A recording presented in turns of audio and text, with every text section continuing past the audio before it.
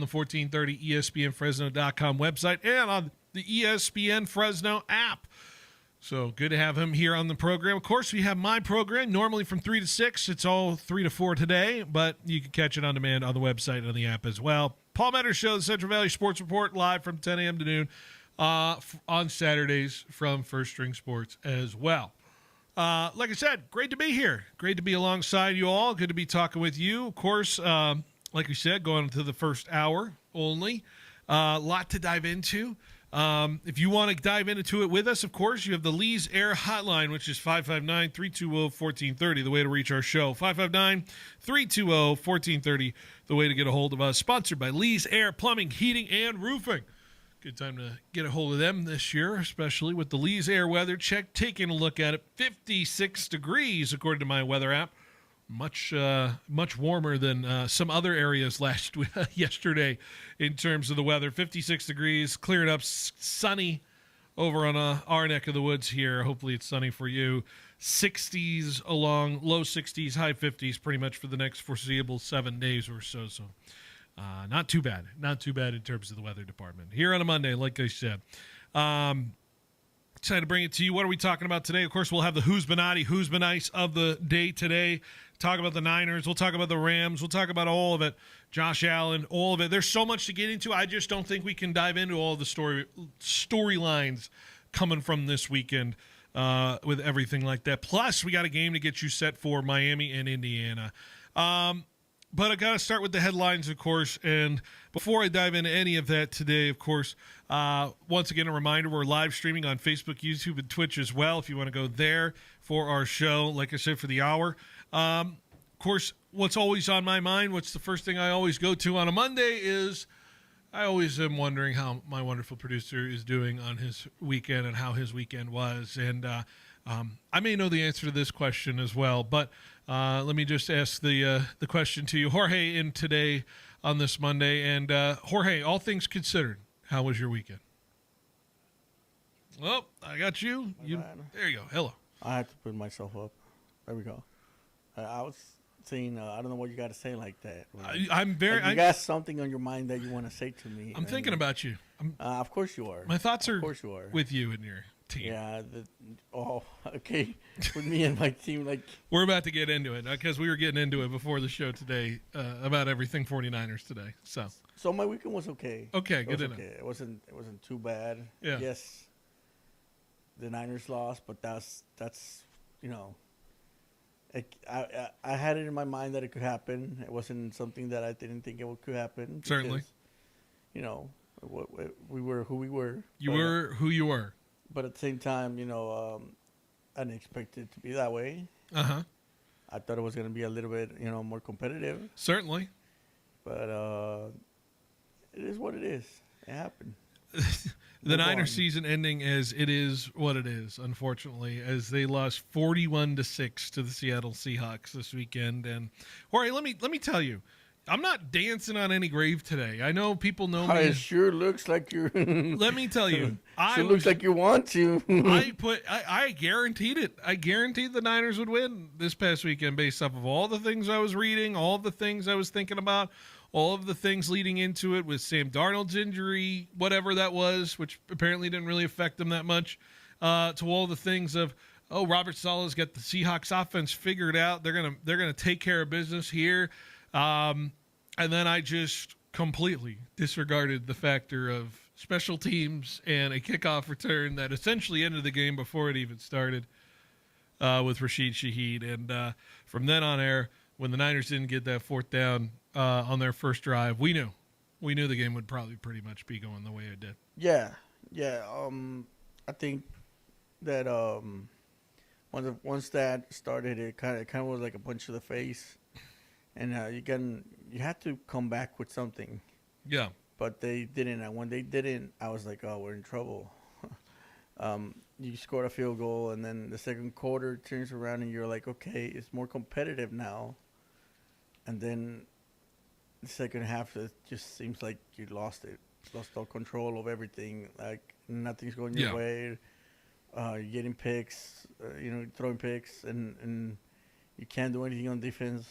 Your offense is barely struggling to get a few yards.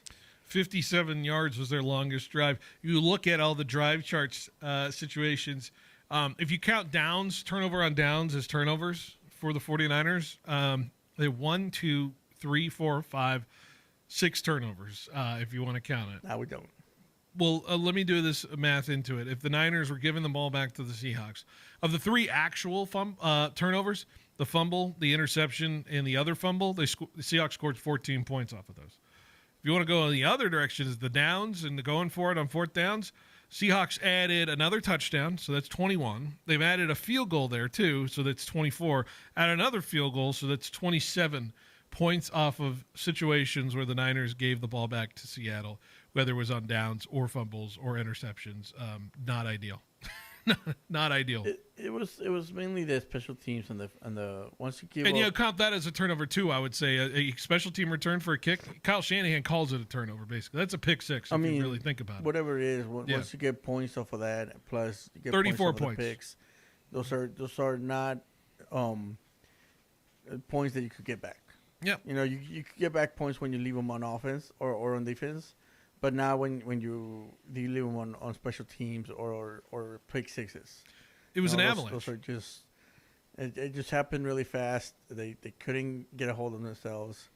And if we would have had better, I don't know if having Fred, I don't know if having anybody would have anything better there. I think the inexperience of being in that place that loud that you were there a few weeks ago, but it's not the same. It's not the same. Well, I imagine Niner fans, they're kind of obviously disappointed. I would imagine you're disappointed in the result of the season. It was somewhat of a ride where you did not expect to get this far. You did not expect this team to even beat the Eagles last week, right? And you get through this season in a situation where you were in a position to win the division at the final game of the year, and somehow you were one of the final 8. So to put that into context of what the Niners were dealing with this season, sure. But on the flip side, I would say there's still question marks of what is the future for this team, of what kind of talent is going to be playing around the squad. You don't have Ayuk, obviously, in the situation next year. You're probably going to be still looking for it because obviously you can't really trust Ricky and what he's been able to do in terms of staying healthy in the situations. You don't have Kittle really for the start of the year next year, if not most of the year. You think he's good to come back? I mean, I know. I know. Anybody can say that. Anybody can say they're good to back. Recovery takes time. He's got to hit all the checkpoints, and he's 32, 33, right? So that's a tough age to come back from that situation. That's just being frank. But maybe Kittle's the guy. Fred's going to be back and healthy. That's going to be nice. Bosa back and healthy. That's going to be nice. But what was the issue for the 49ers is they're probably going to be losing Robert Saleh off the coaching staff again. Most likely, yeah. Most likely. If he doesn't get out of the building in Tennessee today, it sounds like he's flying down to Arizona. I've been reading reports. I don't know that he would want to take that job because it's just speculation, but a lot of people have been saying that. Well, he's in Tennessee. He's in person interviewing in Tennessee right now. Tennessee's probably the best place where he could go. Yeah, because I feel like Niner fans would lose their you-know-what if he went to Arizona as the head coach of the Arizona Cardinals. In division would be very tough for y'all. I mean, it's Arizona, so. But it's Robert Saleh in Arizona. You respect Robert Saleh. It doesn't matter if it's Arizona. Arizona kicked your ass from 2016 to whatever. I didn't. Yeah, they did. I remember that. Okay, well, you knocked it out because you were 2-14 in that season. So, but anyways, my point is a window closing for this 49ers team, or is there another opportunity to kind of get the most out of what this team is? And it's another year of adding to the age of McCaffrey. You get the one great healthy year of McCaffrey here, and I'm like, are you guaranteed that when he hasn't shown it consistently in the last 5 years? He wasn't super healthy either. I mean, he did miss a few games. He played every game. He was more consistent in other years, But like I'm saying, like if he comes back, and he doesn't have a recurring injury right now so far, so you won't have Mac Jones to be a blanket behind you for Brock Purdy, because Mac Jones is going to demand some money here now. People are going to be interested in Mac Jones. We could always get our Fresno guy.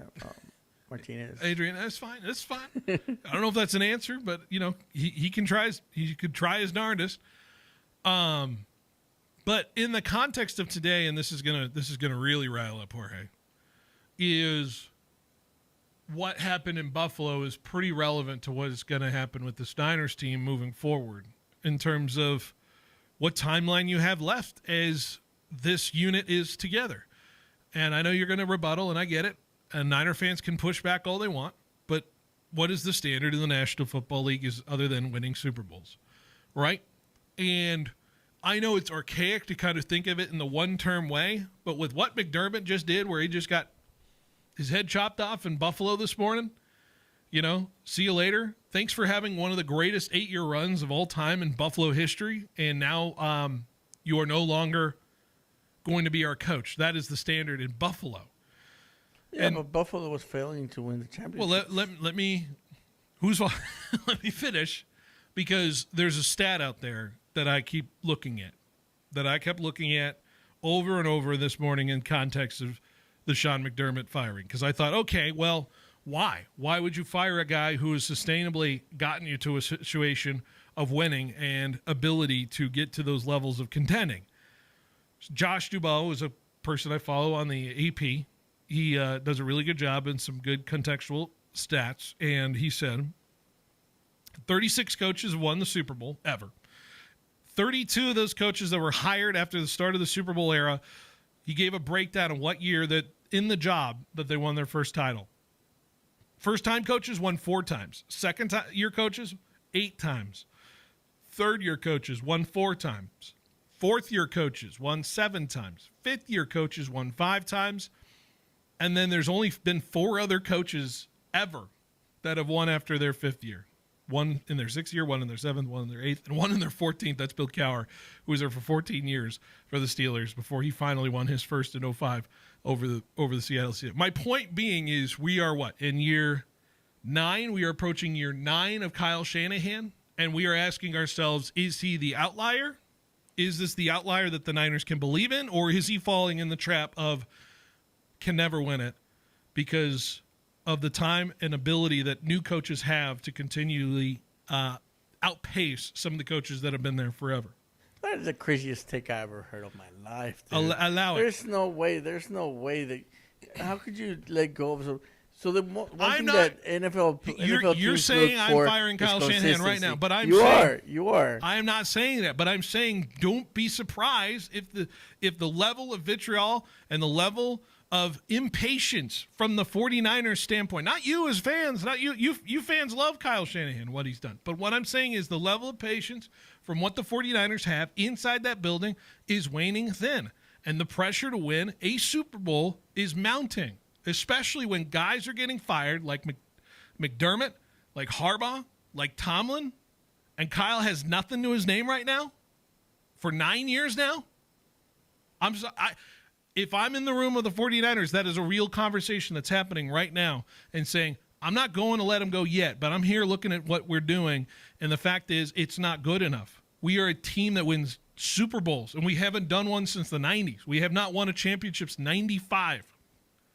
That's a standard.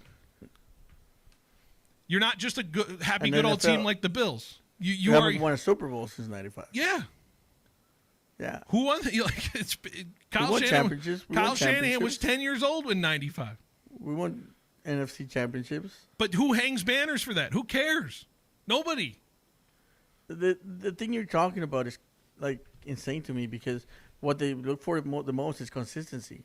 Having consistency out there and being one of the top teams.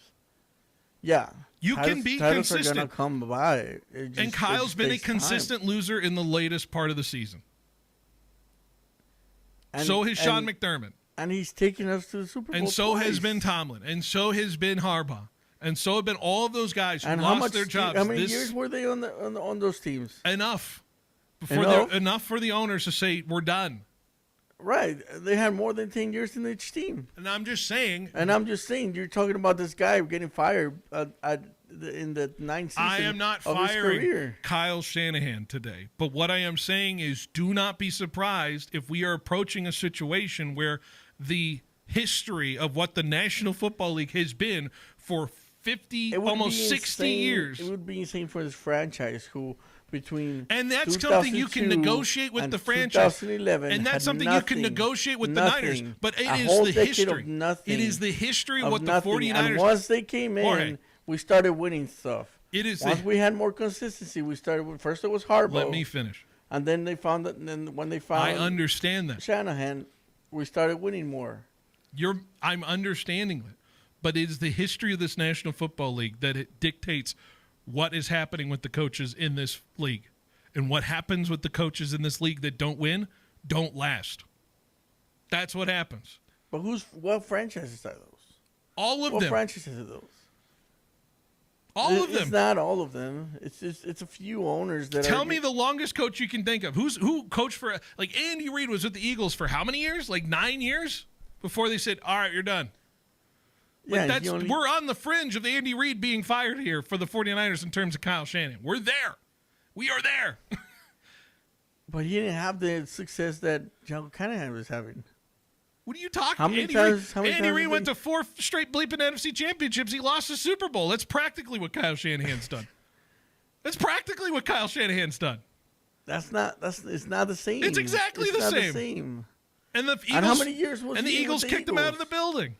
And they kicked him out when he In didn't. 2009 or 2011, and they said, "Good riddance, we're done with you." And guess what he did? He went to another franchise and won a Super Bowl. That's probably what will happen with Kyle once they let him walk next year. And then you're saying, well, win 2 titles then? Is it right? No. I agree with you that it's not right. But is it the nature of the National Football League? That's my point. It's insane to me. Do It's not be insane. surprised. Do not be surprised in the context and the whirlwind of what the National Football League has turned You into. have consistency. You have wins. You have titles. Yeah. Whether you don't like to put them up or not, Yeah. they are titles.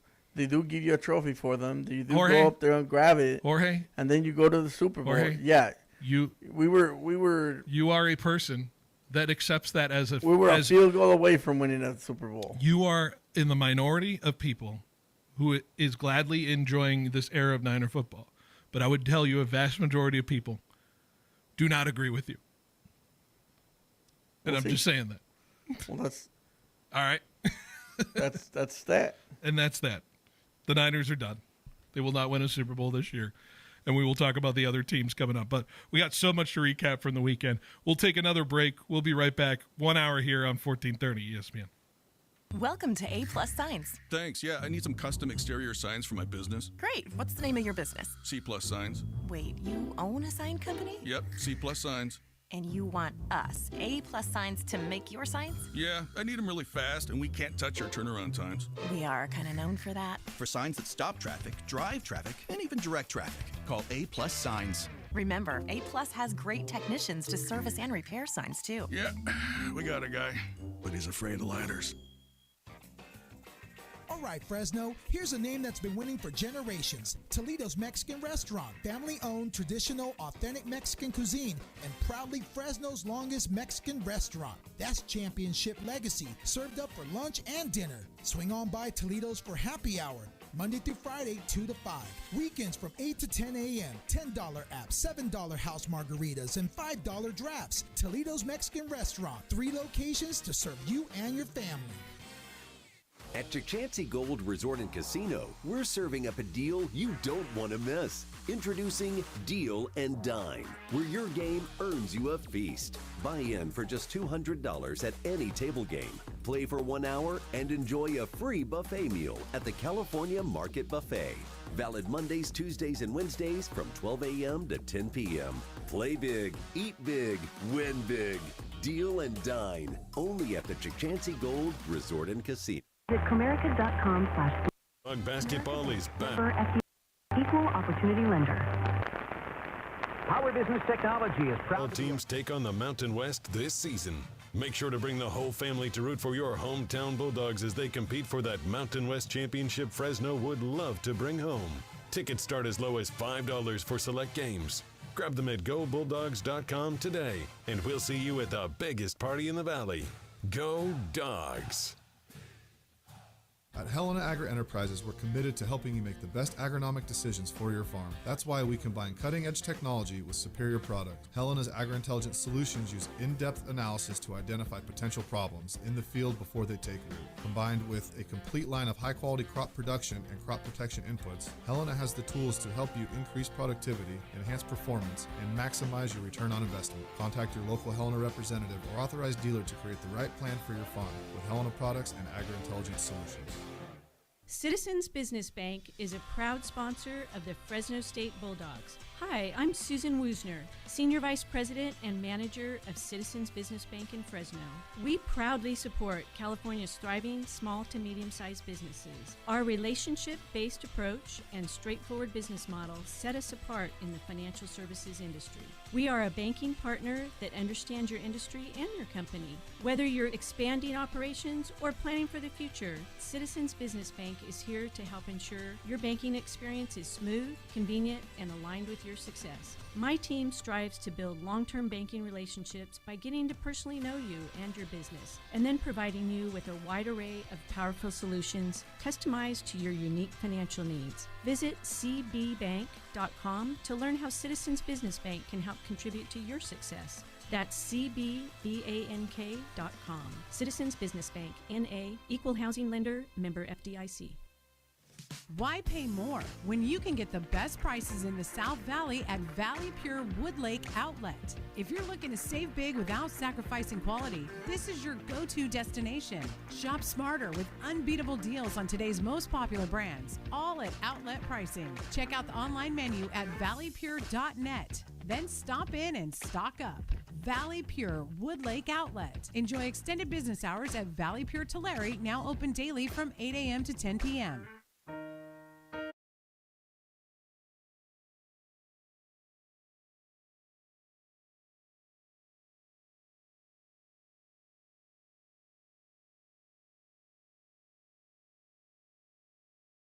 Sports leader. Are we feeling that kind of mood today? Aren't we? Feels like we're feeling that mood today. At least some for the 49er fans out there. All right, we'll take a big, deep breath. We got a little hot. Jorge loves to rile it up on this show. I love to rile it up too. It's a Monday. It's a holiday Monday it's feisty. Too, and you're getting me all like, my. Well, we're out of here early, so we're trying to get a. It's an early day. Yeah, I mean, the opinions are flowing, and we'll debate this. I'll tell you what, I'm ready to debate this all the way to next season. I'm about this whole thing. This won't be the last time we're talking about it. Yeah, certainly, and I'm sure it will not be as well. Hey, Jorge, let's still do who's been naughty, who's been nice from the weekend, since it is a Monday show. Where are we gonna go first? You feeling naughty? You feeling nice in terms of who's been naughty? Who's been naughty? Okay, let's go. Who's been naughty? And it's gonna be an interesting one. Coach's named Sean. Yeah, coach's named Sean. And I know there's two coaches named Sean that ended up winning their games this weekend. But let me start with the one that lost. In terms of, excuse me, I had three coaches. Don't worry. I had this written down somewhere. All right, first let me start with Sean Payton. Right? Okay. Sean Payton. The way he handled the Bo Nix situation at the tail end of that game. When you have him rolling out in a situation and then having him twist his ankle in a certain way, why are we doing this with your quarterback in a situation where I understand he could run and all that kind of stuff, but that is such a bummer for the Broncos to lose their quarterback right before an AFC championship like that, broken ankle. It was so strange for that kind of situation to pop up, but to have him just kind of running in a situation where you're in field goal range, just let your quarterback be a quarterback in that situation. I'm talking the third play before the end of the game. Yeah, no, but I don't think they realized he had a broken foot yet. Yeah, but why run a play that could cause that situation in terms of that? That's where I'm sitting here looking at him like, what are we doing in terms of that? Sean McDermott's the other Sean I was thinking of. Sean McDermott, who complained endlessly at the end of that game that was a catch or an interception and not looking at it or anything like that. Good grief. Good grief, it was an interception. That was a catch. What is a catch? What are we doing here? What are we talking about? And you know what?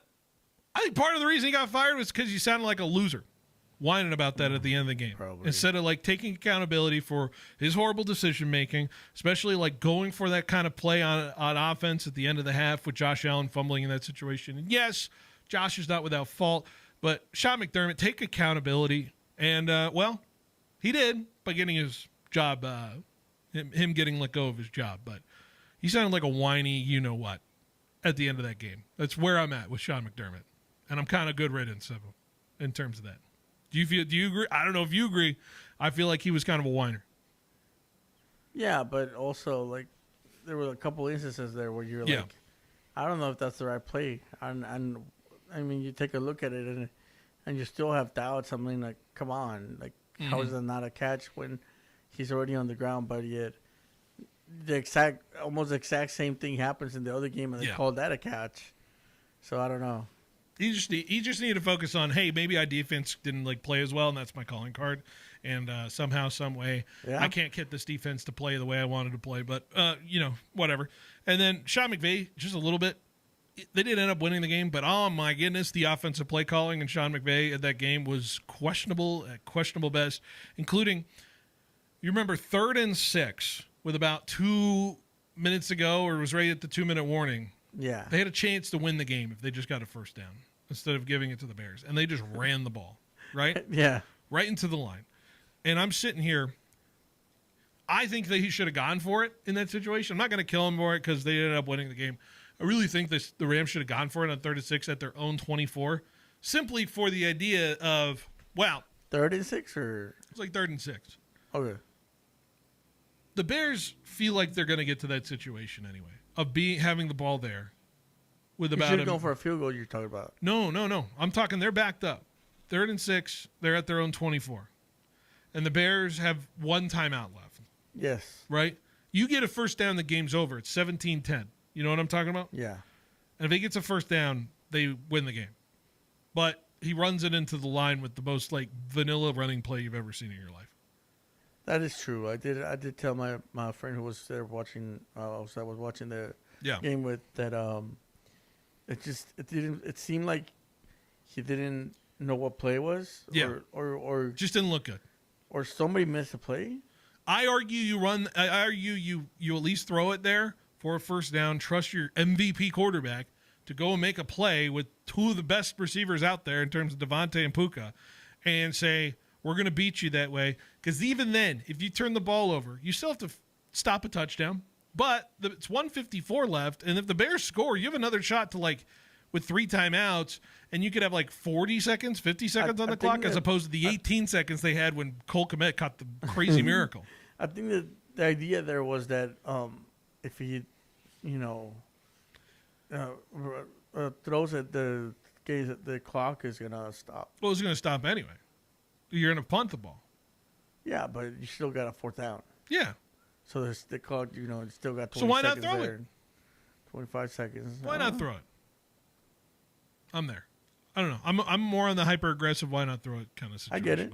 I get it. I trust my passing offense, which is the best in the NFL, against a defense that, let's be honest, isn't like the greatest defense out there. I thought it was going to be a high scoring affair. I thought so too. And then both offensive coordinators got scared.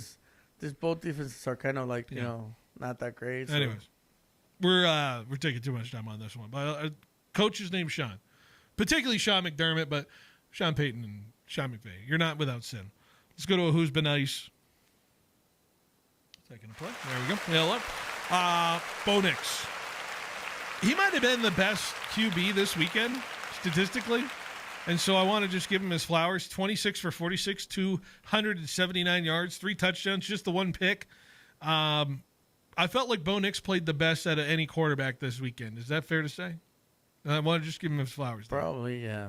Like, if I really consider, if you really think about it, like Josh Allen, well, the turnovers. C.J. Stroud, bottom of the list. Purdy did not play at all very well.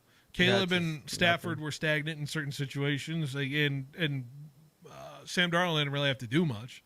So by default, I feel like Bo Nix actually showed up in a playoff game and played his heart out and looked like a guy who could definitely lead his team into a Super Bowl. And if he didn't just break his damn ankle in a bad situation, we'd be talking Broncos definitely favored over the Patriots in this game on Sunday. Yeah, I feel like the pass didn't show that much in the game too, be able to say that they were going to be better than the Broncos Mhm. if they had Nix. Other than that, I mean, he played well. He had a great game all the way to the end, and even when he had a broken leg, he was still out there. Yeah. But hey, good for him. Good for Bo. That sucks. That sucks for Bo. That sucks for the Broncos fans. Man, feel bad. I really do. I genuinely feel bad for him. So now the backup is someone you guys drafted? Jared Pat drafted? Stidham. We drafted like 5 years ago in the 4th round just as a backup, and now we're like, I guess he's our foe now. You know if he wins, it's gonna be. I would hate it. Everything. Here's the horrible part of this, Jorge. I came into this postseason like, whatever the Patriots do, house money. It's been great. I love it. But now there's an expectation set that we got to beat the backup, because if the Patriots don't, then I'm sitting here like feeling so mad about the situation that was in front of the Patriots and the opportunity squandered if they don't win this game on Sunday. Yep. That's where I'm at. So we'll see. Let's do another Benatti. CJ Stroud. Anyone? Do you watch that game? Yeah, I watched. Could you believe the amount of interceptions he was throwing? It was in the second quarter, it felt like. I thought he was just didn't want to have the ball. Should he have been benched? Do you feel like he should have been benched? Like Davis Mills, like legit? Or you ride or die with the guy you drafted? I feel like the way that that defense was playing against them, I think anybody would have thrown those. Well, I feel any backup would have thrown those interceptions too. Yeah. I just think that he wasn't ready for it. He wasn't really ready for what they were showing, and he was just late with the throws. Mm-hmm. If he would have been just a little bit earlier, it would have been better. More viable to be in catch, but it's just he was not. Hey, I know the discourse is that, and I saw Dan Orlovsky say this stupid thing, which was 31 quarterbacks could beat the Patriots on Sunday, and C.J. Stroud was the 32nd worst quarterback. He was the only guy who couldn't do it. I'm like, are we not giving credit to the Patriots defense right now in terms of, like, you watch that game, Jorge, and you're like, wow, that is another, what we saw against Herbert and what we saw against C.J. Stroud. Are you not convinced that this Patriots defense is playing at a top level right now in terms of what they're doing? I think they are playing well. I don't know if they're playing top level. I think that CJ was just the way he played, he made you guys defense look like he was giving you stuff. And but you got to capitalize on that situation. No, yeah, definitely. So it's not that you guys weren't playing well or that you guys weren't up, top defense. It's just he didn't make you look like a top defense because you guys didn't need to look like a top defense. I do want to look at the next gen stat stuff and all that stuff on the ESPN side, but we just don't have enough time to dive into the numbers. We'll do like a statistical Wednesday or something like that, looking at all of it. Anyways, let's go to my next Benice. And it goes to one of my favorite catches of the weekend. The Kayshon Boutte one-hand reach out in the snow. Is that the best catch of the weekend? Feels like it. The layout. I think it fell second to Komet. So. But that wasn't a difficult catch for Komet. No, but it was the catch he needed to make. I know. But what I'm saying, Boutte, I would argue it was 21-16 at that point. The Patriots, I don't know if we're guaranteed kicking a field goal there. Yeah. In terms of that. And I think Boutte getting that catch, it was third down in that situation. By the way, it's on Derek Stingley, who hadn't given up a catch the whole game yet until that moment. And the Patriots getting that kind of performance from Kayshon Boutte, was leading receiver, 3 catches, 75 yards, and the touchdown. It has, to me, at least for me, it feels like that's the best catch I've seen this year. Kayshon Boutte's catch right there in terms of the outstretch, keeping his arm in, able to hold on, bobble it just slightly, and come to the ground with it in snow. The snow's in your eyes. Like, what are we doing?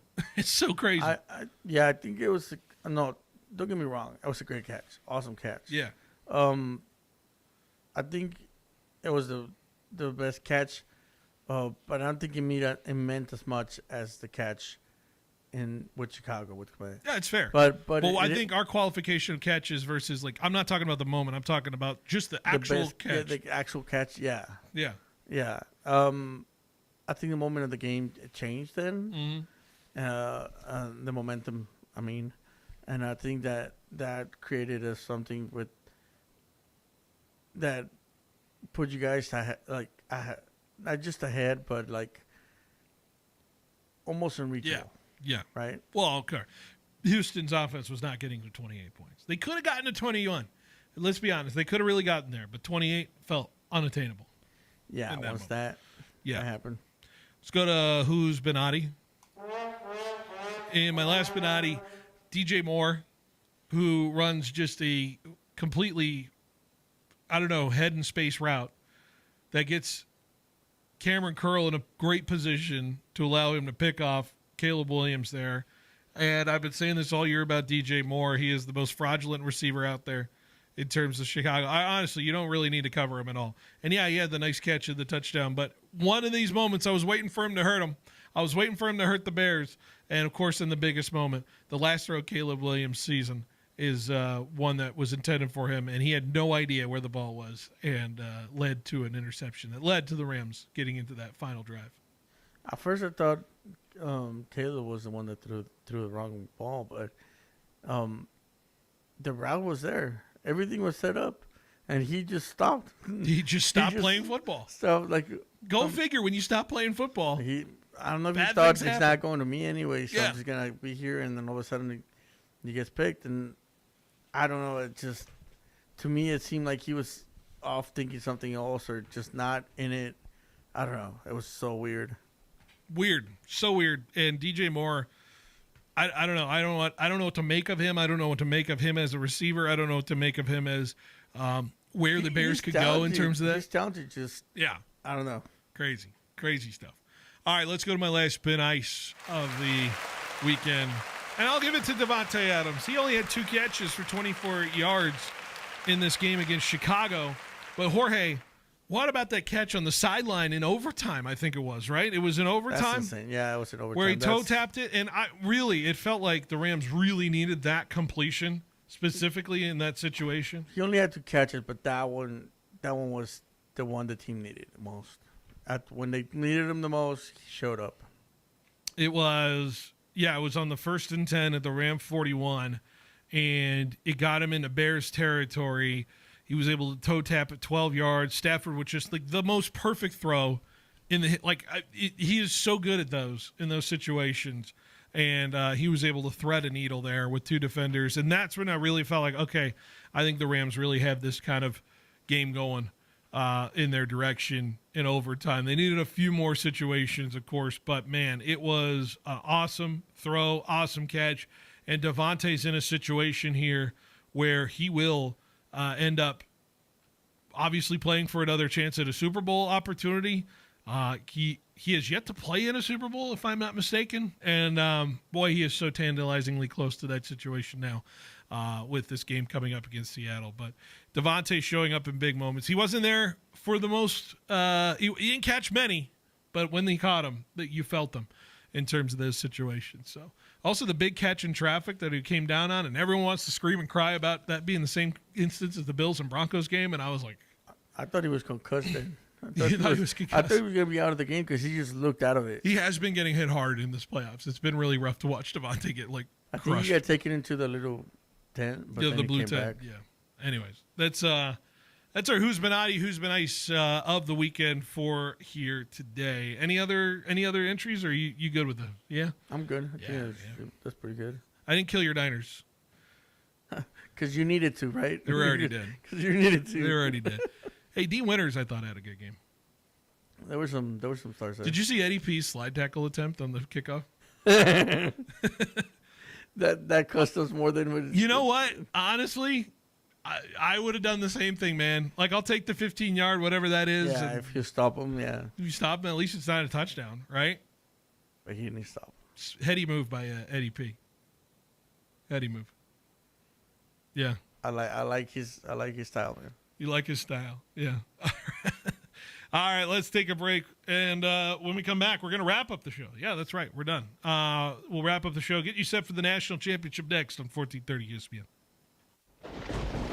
So intense, so quick, so unmerciful. Those are just a few of the comments from farmers describing the devastating effects of their crop damage due to hail. If you're a farmer, you probably already know what it's like to watch helplessly as your cash crop is pummeled by hail. It's one of nature's most damaging weather conditions. What can you do about it? You can call Bowman & Associates, your local crop insurance specialist. They've been writing crop insurance for almost 40 years. Call Roger Kent or Quinn Bowman today and ask about crop hail insurance for stone fruit and grapes. They can design a private hail coverage that is specifically designed to meet your financial needs. Coverage can be purchased anytime and will go into effect within 72 hours. Easy to buy with no hassles. Don't gamble on your financial investment. Call the ag experts today. Bowman & Associates. Remember, for a green thumb investment that equalizes Mother Nature, call Bowman & Associates. 499-2020. That's 499-2020. Bowman & Associates, the crop insurance specialist. License.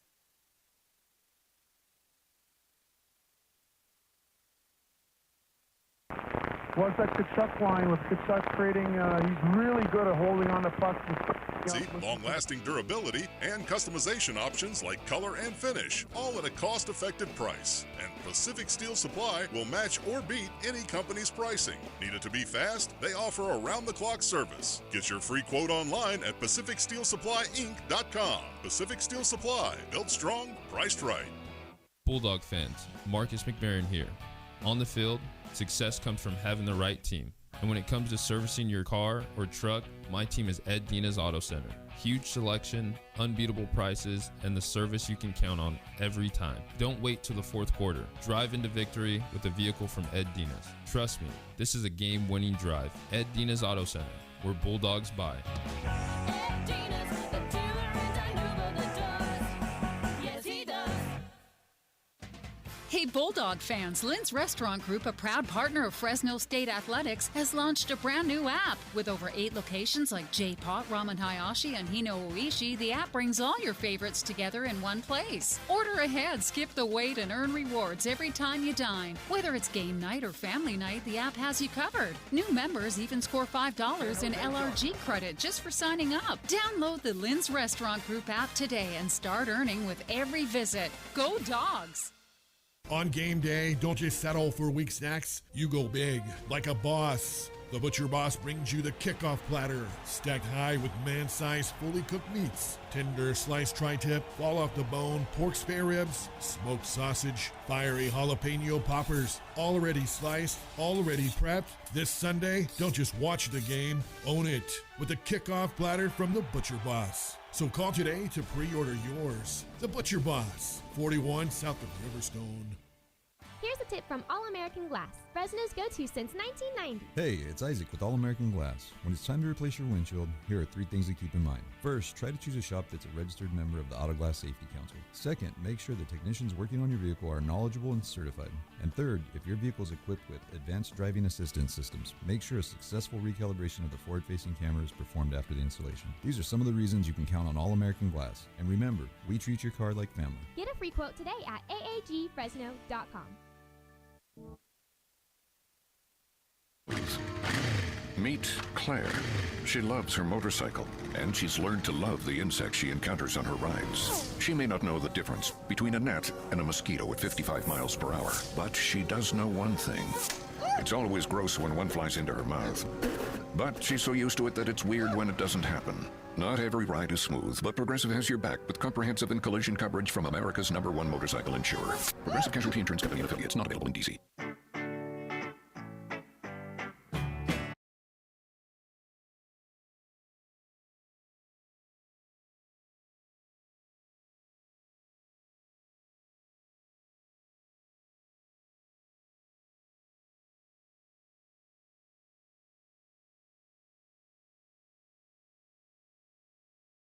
You are getting ready to go watch the national championship. We're listening to it right here on 1430. Of course, that Miami and Indiana is coming up very soon. And let's see if someone get Joe's attention. Can we get Joe's attention? Joe!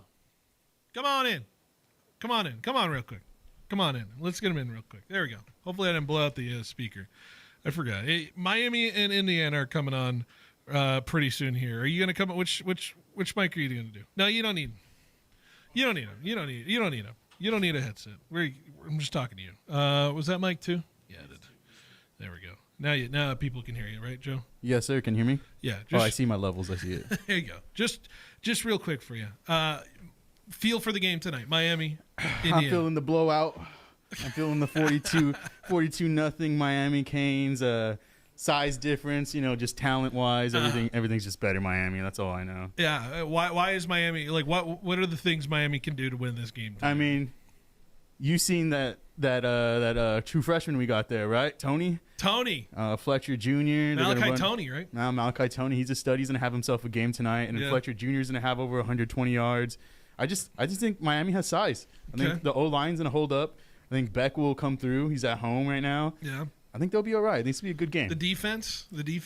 Number one defense in NCAA, so I'm pretty stoked to see them go up against Indiana. That'll be a great matchup. You said 42-point win? I said 42-0. 42-0. All right. I'm confident right now. Okay. I need this. I know you do. You don't understand how bad it is. You just hired Jeff Hafley. You need everything in the world right now. My Dolphins... our Dolphins are doing things. I don't know. We're going to be like, instead of the 49ers now, we're going to be the Packers. Yeah, want to be Packers. That's what they're going about. They're going down. But all right. Well, I just want to bring in just real quick. Just talking about the Canes. So good luck tonight. Yeah, I appreciate it. And like I said, 42-0. Jorge. They didn't know prediction. That's what's going to be. You're not even on the air, Jorge. I even can't hear you. Yeah, I don't have headphones on. My bad. I was showing some stuff, but that's insane. That's insane, he says there. Jorge, what does Jorge know? He's the one that said that. Well, he's going to make a prediction right here in a little moment. You want to make a prediction here, Jorge? Yeah, I'll go with it. I'm going to go with 35-30 for the Hoosiers. 35-30 for the Hoosiers. Yeah, what does Jorge know? That's lame. I'm going to make you. I think it's going to be 24. How much is Miami going to score? Miami hasn't faced anybody like the Hoosiers. Yeah, 24-13. 24-13? That defense, they're going to put up 13 against them? You guys haven't faced that defense yet. It really could be like the Big Ten championship when Indiana won, 13-10 over Ohio State. Yeah. It really could be a game like that. Yeah, Miami's defense, I feel like they got a bunch of size, man. Even the O-line for Miami is way bigger than the Hoosiers. I just think it's perfect. Like, I know Miami playing at home, it feels great. It feels good. I feel like this is almost like meant to be, you know what it's going right? to come down to? Discipline. You guys are going to make too many flags, too many mistakes, and that's going to cost you guys. A hater. Jorge's a hater. Jorge's a hater. He's just mad because I was crap. Like Miami until they face Indiana. I was saying this though with the Miami, all of it. Miami being home, it's great. It's the homecoming, but this isn't the homecoming we're talking about here. It's Fernando Mendoza's homecoming in Miami. This is where it's lining up to for Indiana. It's not like it's just the Canes playing at home. Everyone's playing at home. Miami is centric to all of this thing, this entire game, and that's why I think isn't quite in Miami's favor. It's Mendoza playing in front. The kid's a stud, man. I've grown on Mendoza. Like, I remember him from the Cal days, and what at the end of the year he cried about playing with his teammates, just wanting to win for his teammates. It's like the dude's awesome, man. Honestly, like when stuff like this happens for like any of my teams where things line up perfectly, they never go. So I have confidence right now, but deep in my heart, if things go off the rails, I'm not gonna say I knew it or anything, but. And like I said, anytime something's going good for me, something's got to go off the rails. Joe, if the Canes win, you're in here 3:00 sharp tomorrow. Let's do it. Yeah, we'll talk some football. We'll recap. Malachi Tony 3 touchdowns later. All right. Okay, sure. Joe, get going. We'll see you. We'll see you tomorrow in terms of that. There you go. All right, Joe Gomez making an appearance. I just wanted to get his little take on that. 42-0, man. I don't know. When we were at 42-0. Where are we gonna go? Like Stetson Bennett, like 68 to whatever against TCU. Remember that? Yeah. That Georgia natty in L.A. that was the worst TCU national natty that just Thanks for coming, TCU. I should remind people of the schedule. Of course, right now over on 790, the Sharks, who are down in South Florida right now. And I believe that first period is over. It's no score. Sharks and Panthers right now at no score going into the second period. So if you want to listen to that. That's over on 790. Sharks, of course, are there, and we'll have the national championship coming up in just a little bit.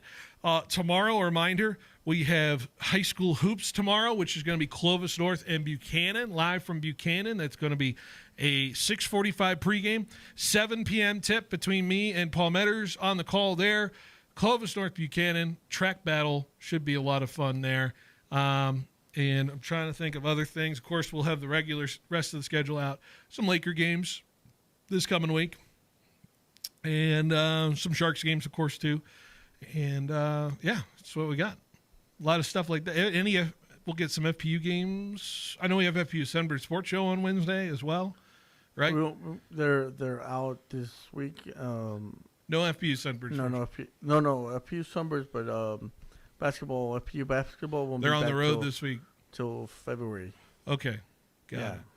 We got to check if anyway, we'll check. I'll talk to you off air about that. There's one thing I want to check on the FPU schedule with you in regards to Super Bowl week. So I want to make sure we get that figured out. Anyways, yeah, national championship tonight. By the way, this daily spread brought to you by Chick-Chancey Gold Resort and Casino. If you're not trying your luck with your teams, try your luck with Chick-Chancey Gold Resort and Casino today. And the spread, you want to take a guess of where the spread is for Indiana and Miami? Real quick, Jorge? It's at less than 5 points? No. More than 5 points? More. So 12 points? No, a little less. Okay. 8.5 Indiana. Favorite. 8.5. Would you take the points? Or would you take Indiana? I'll take Indiana. You just said 35-31. Yeah, but I'm not going to take the points. That's taking the points. Then, yeah, I'm taking the points. Come on. I'm confused now. What? When you take the points, it says Miami's going to keep it closer than 8.5. Yeah. Yeah. So you said that. Yeah. But you said I'm not going to take the points. No. Okay. But now that I explain what taking the points is. No. Yeah, that's what I mean. But All right. I'm okay. Well, this is what happens when you talk about sports gambling in a state. It's a Monday. It's a Monday. Jorge's in a state of mind. We had late lunch. That threw me off. I'm not gonna lie, that threw me off. The late lunch threw you off, yeah. Yeah, because I was not ready for it. It threw me off as well, Jorge. That much sugar at that time. I'm like kind of still feeling like I don't like being full like right before the show. I kind of like burning it off for a couple hours or anything like that. Yeah. And I feel like we had some what was it called? Gravy, biscuits and gravy, Benediction. From Benediction, who we'll say farewell to. Yeah, delicious stuff. That was delicious lunch, yeah. But just kind of a little late. Thank you, Benediction. All right. That's it.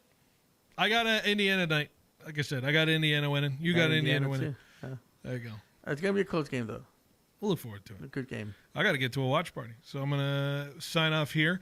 Jorge, we'll see you tomorrow, 3 o'clock. I'll be here. 2 hours of show. Hey, shout out Lexi for doing the video today. Thank you, Lexi. New intern. We'll get her on air sooner rather than later, too, so we'll get to that.